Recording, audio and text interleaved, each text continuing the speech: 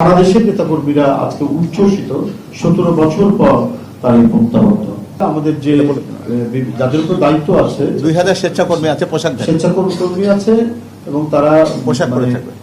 যেখানেই লোকজন আমাদের দাঁড়াবে, জেলা থেকে লোকজন আসবে, তৃণমূল থেকে আসবে, তাদেরকে সুশৃঙ্খল রাখার জন্য তারা ব্যবস্থা নেবে, তাদেরকে সেইভাবে ইনস্ট্রাকশন দেওয়া আছে।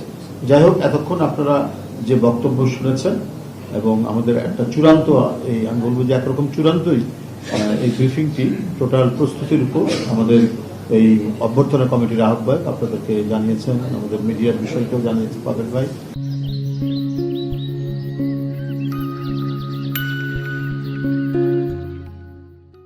এবং নিরাপত্তার বিষয়টিও জানিয়েছেন আমাদের ব্রিগেডিয়ার শামস ভাই।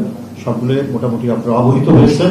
আমরা আশা করছি আগামীকালকে যে প্রত্যাবর্তন আমাদের ভারপ্রাপ্ত চেয়ারম্যান প্রত্যাশিত এবং সারা দেশের নেতাকর্মীরা আজকে উচ্ছ্বসিত 17 বছর পর তার এই প্রত্যাবর্তন।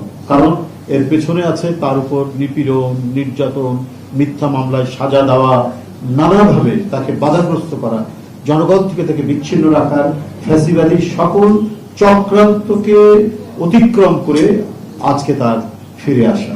এই ক্ষেত্রে আপনাদের সহযোগিতা আমাদের অবশ্যই কাম্য এবং শুরু থেকেই আপনারা সহযোগিতা করে এসছেন।